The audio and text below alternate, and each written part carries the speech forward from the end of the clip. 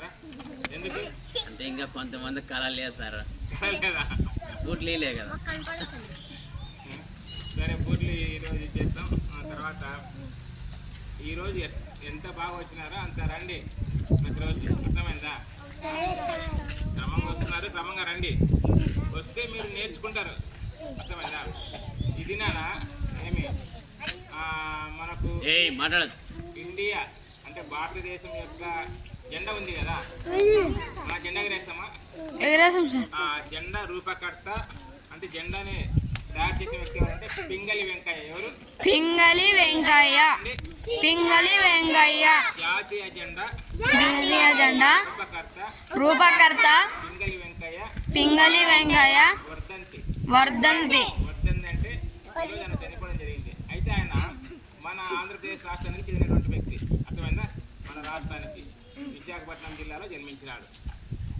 కాబట్టి ఆయన రూపించినందుకే మనం ఇది జాతీయ జెండా ఎగిరేస్తున్నాం. అర్థమైందా? కాబట్టి ఎవరు పింగళి వెంకయ్య ఏం చేసినారు చెప్పండి? జాతీయ జెండా రూపకర్త. చెప్పండి, జాతీయ జెండా రూపకర్త పింగళి వెంకయ్య. పింగళి వెంకయ్య. ఇదే రోజున అల్లూరి సీతారామరాజు. ఈ పేరు విన్నారా ఎవరన్నా? విన్నాం సార్. ఎవరు విన్నారు? అందరు విన్నారా? అవును సార్. అల్లూరి సీతారామరాజు ఏం చేసినారు చెప్పండి? ఏం చేసినారు? ఎవరమ్మా అల్లూరి సీతారామరాజు అంటే? ఉంది సార్, చూసినాం సార్.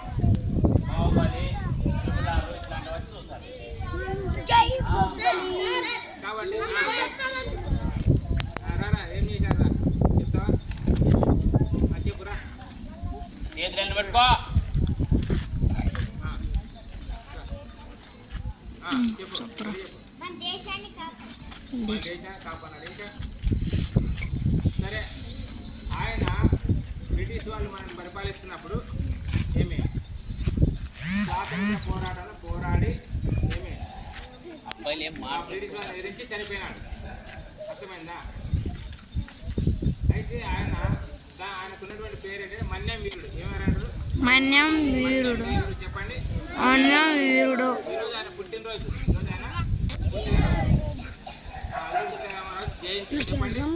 అల్లూరి సీతారాం జయంతి.